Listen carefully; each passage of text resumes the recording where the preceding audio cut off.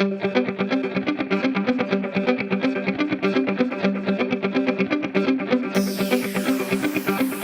to the Marketing Remix, presented by Red Door Interactive. I'm Reed Carr, CEO of Red Door Interactive. Our show is the senior level marketer's resource for navigating our ever-evolving landscape. In each episode, in about 20 minutes, experts from different marketing disciplines representing different buyer touchpoints tackle one important marketing topic. Then, what do you need to know, and how does it affect the buyer? Welcome to this episode of the Marketing Remix. Today we're here to talk about AI, machine learning, and marketing. Artificial intelligence and machine learning are redefining the technological landscape as we know it. From digital assistants to self-driving cars, what was once science fiction has now become reality. While technological advances are nothing new to marketers, AI now represents the next big shift for marketing in its advertising industry. In this episode, we'll break down AI and machine learning and how it's changing the way consumers interact with information, technology, and brands. We're here with Ron Hadler, Senior Director of Marketing Technology, and John Ferris, President of Red Door Interactive. Welcome, guys. Thanks, Reed. Thank you, Reed. Absolutely. So first, I just want to ask, why are we talking about AI in marketing? I think it's the next era of marketing, especially as it pertains to personalization, targeting, and automation. Yeah, I mean, it felt like it was such a technology thing. It was sitting out there for the gearheads or something like that, and all of a sudden now marketers have to start paying attention to it. How close are we to, the era where this starts to matter? I actually think it matters right now. We're interacting with AI daily, whether that's doing a search, clicking on an ad, talking to a voice assistant. Marketers need to understand that, whereas AI is probably being used even without some of their knowledge, but they need to be paying attention to influence their use of AI. So let's talk about this then. Is what's the difference here between AI and machine learning and the different varieties there? Yeah, so just purely talking about AI, there's general AI. And general AI is what people think of when they're, watching Ex Machina or Terminator. It's that human level intelligence, the ability to reason and a lot of the cognitive functions that humans have. And then there's narrow AI, and narrow AI is really what's in play right now. Nobody's gotten to general AI as of yet outside of science fiction. As far as we know. Yeah. And there's certainly people working on it. Elon Musk, Google, everybody that's at the top of the heap in terms of technology is working on that. But and then there's narrow AI, which is just really highly specialized. It works within a limited context. And if you asked it to do something outside of that context, it would totally fail. And so that's where machine learning really falls, and what marketers are using today is narrow AI. So yeah, elaborate a little bit on machine learning. How is that getting applied right now? So, it's really applied all over the place, whether that's, from programmatic ad placement to tagging of content to predictive analytics. You mentioned why are we talking about AI, and the difference between machine learning is that, AI is now this buzzword, and, everything is baked with AI when it comes to a platform or things like that. That is a, very sexy word to be talking about these days when it comes to your platform or your marketing. But in actuality, what everybody is doing is come down to machine learning. Machine learning is being able to take that data that we have been gathering these past decades and then applying algorithms to them to make decisions automatically for us. That machine learning is doing sort of that rote material that would take us, a human, very, very long to do. So there's that version of it where it's consuming information and then presenting it such that we can make those decisions. And then there's also the things that I think a lot of people interact with today, maybe experiences like chatbots and something like that. What's the interplay between that consumption version and then the stuff that's coming back out to the consumer? Yeah, and you're really kind of talking about the kind of phases of machine learning, right? You have kind of a training of the data model, as it's referred to, and that's where the machine is ingesting the data and creating that model and learning how to do predictions. And then the interaction is when a model is in production, when you are speaking with a chatbot and it's answering your questions seemingly instantly. It's using responses that are going through that model, and it's getting the right response to meet your actions. It's pretty fascinating that it's coming so fast at us. These things were just science fiction a couple of years ago.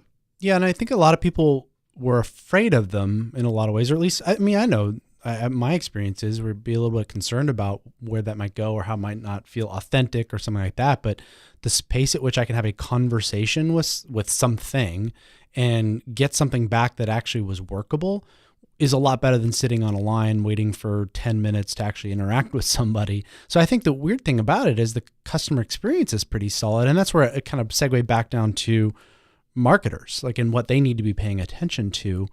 What should they be looking at when they start? You talk about the buzzwords and somebody says, well, it's baked with AI, but there's some cases in which maybe the marketer needs to go out and look for things, an AI-based or machine learning-based solution. What are some of those things they should be looking for right now? I think right now it's taking advantage for the average marketer, probably the listener here. It's taking advantage of third-party platforms that do have AI baked in versus hiring your own data scientists and really trying to build your own AI models. That's a little bit further afield, and for certainly Fortune 500 and things like that, they are certainly in that position. But for the average marketer, I would say seek out those platforms that can leverage machine learning in order to be a smarter marketer. And so Ron named a few of them.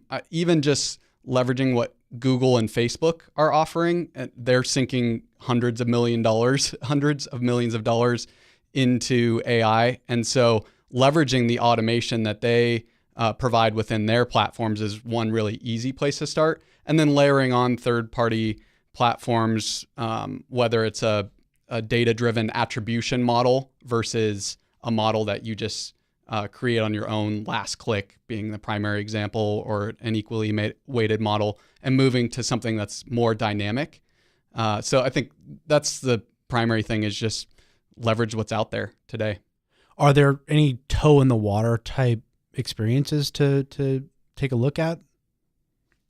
Yeah, I mean, letting Google manage your bids once you provide them with the goal that you're trying to achieve. And ideally that goal should be profit based and not just like a conversion. Somebody took an action on my website. You want to make sure that it's a conversion that's actually revenue oriented or cost cutting oriented. So that's interesting. So if you put the wrong goal in place, you have very quickly, probably faster than ever, unintended consequences. Because, I mean, despite how smart this stuff is, it's maybe not that smart.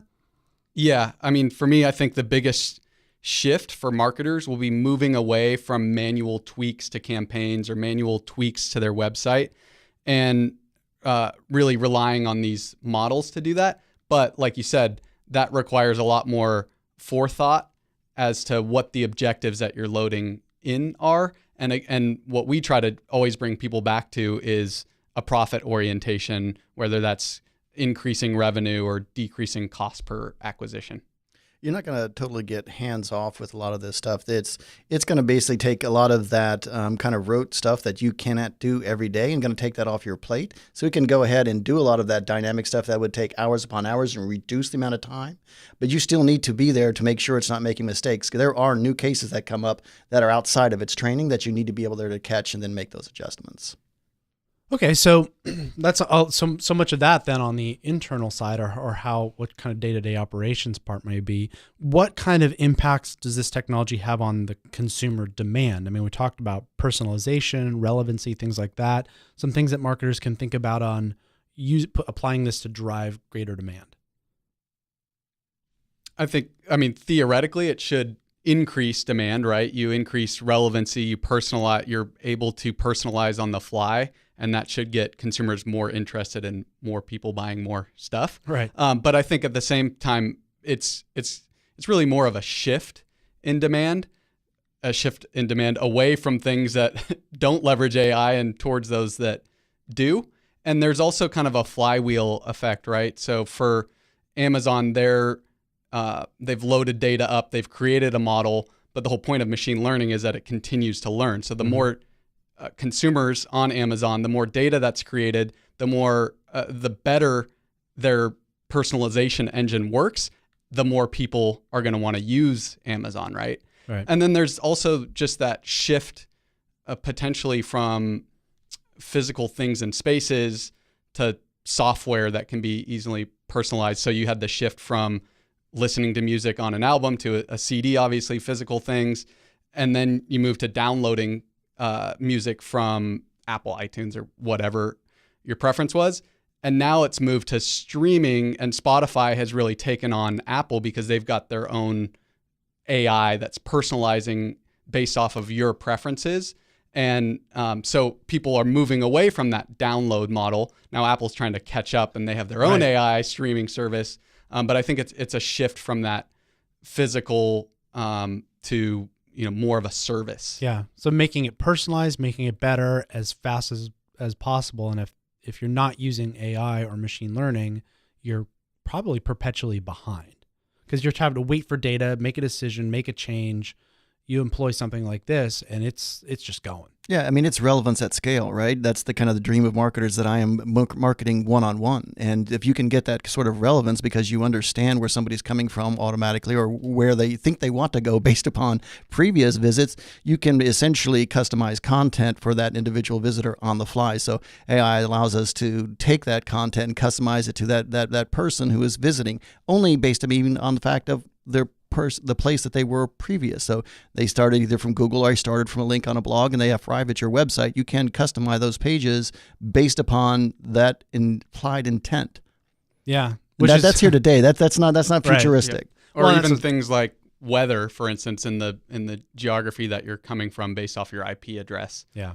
Those things are happening now, websites being personalized based off of that information. I think you brought up a really good point of marketers wanting to get to that one-to-one. The big challenge that marketers are going to have with that is creative. So in order to reach somebody with a one-to-one communication, you have to have that creative on hand to customize for that person's particular intent and experience. And while some of creative can be automated, leveraging AI as well, you still need all of the artwork, all of the assets, the photography, the video. It's just now, instead of needing to work with final creative, you're talking a lot more about assets that can be pieced together dynamically on the fly and to really reach the intent of the specific consumer that they're trying to target. Yeah, I mean so it's interesting. You start putting something like this in place or want to put it in place, and there's a ton of other than heads that this rears of how you build your site, so leveraging creative assets and breaking them apart into these kinds of pieces. So in order to take advantage of machine learning or AI, what type of technology considerations, because you're talking about breaking these apart into assets or having a site that scales to something like this. What are some of the other technology considerations that a brand needs to think about in order to really take advantage of it? Because I don't think you can just walk in one day and go, we need AI, and then tomorrow turn it on.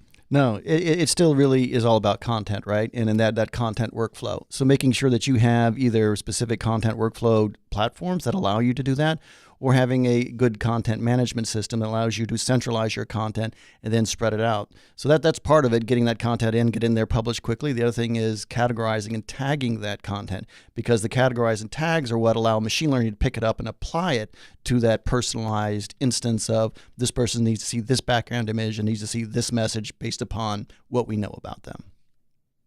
All right, so a listener, they are convinced right now. They're driving into the office trying to go, oh my God, we got to be doing something in this. You're the marketer walking in the doors is a couple of things. One, who do you go to within your organization to talk about this? And two, really what questions do you need to ask? Because I don't think it's walking in the door and go, oh my God, we need machine learning. So what are the first few things they need to do or ask when they walk in the door after listening to this? I would start with talking whoever is in charge of your marketing technology. The average enterprise has over 90 different platforms that they are interacting with. Probably within those 90 different platforms, you are using some form of AI or machine learning.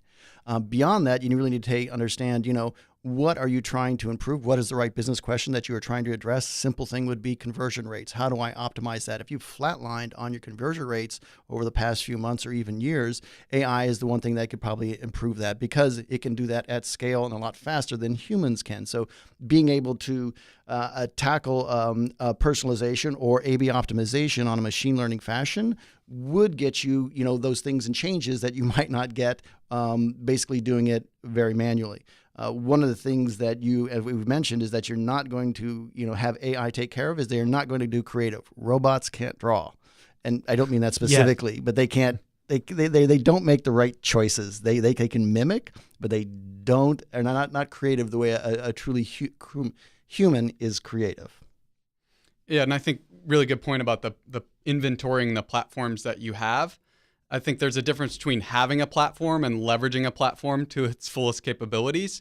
And so it's really diving deep into not just understanding what you have in place and what the gaps are with other platforms in that same space that might offer artificial intelligence or machine learning, but are we really getting the most out of our tools that we have today? And that's a really common problem that we run up against with clients, that they've invested, but they haven't invested their resources in order to take full advantage of a tool, whether it has machine learning baked in or not. So good news then is that, when they walk in the door, it's not like, oh man, here they come again with some new thing. It's saying, how do we, in all likelihood, maybe if they have an enterprise CMS or content management system, something like that, there's probably some machine learning capabilities that they may not be using. You talked earlier about bid management, probably already and likely already has some component of this. Some other ones that maybe that they may not be realizing that they have in place. I think email for sure. I mean, we've been talking about marketing automation for years, but it's still very rules based, and whatever you input is like the steps and the flow, right? Whereas you can leverage machine learning to actually have something a little bit more dynamic that's operating not just based off of the rules that you're setting, but ingesting the data, the performance data, and then modeling out what the next step they should take for a consumer like that the next time the machine encounters it.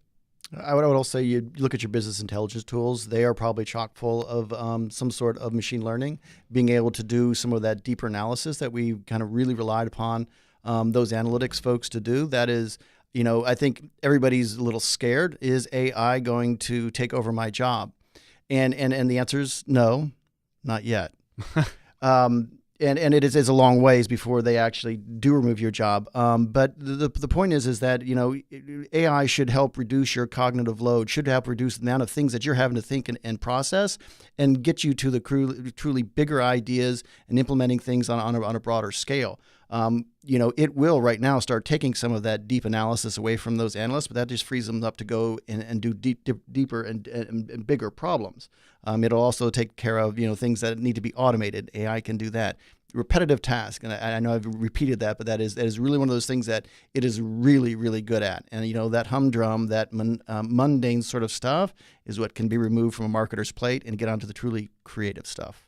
And when you do assess your business intelligence platform, I think the really critical point there is that your data has to be accurate and consolidated and deduplicated in a way. Again, you need to feed the beast, and you want to feed it the right type of data. And that's one of the ones that's so interesting to me is how often that's actually the case, is that it's not so much these high level ideas. Oh my gosh, machine learning, we're going to implement that. It's the basics. So the blocking and tackling of, is my data right?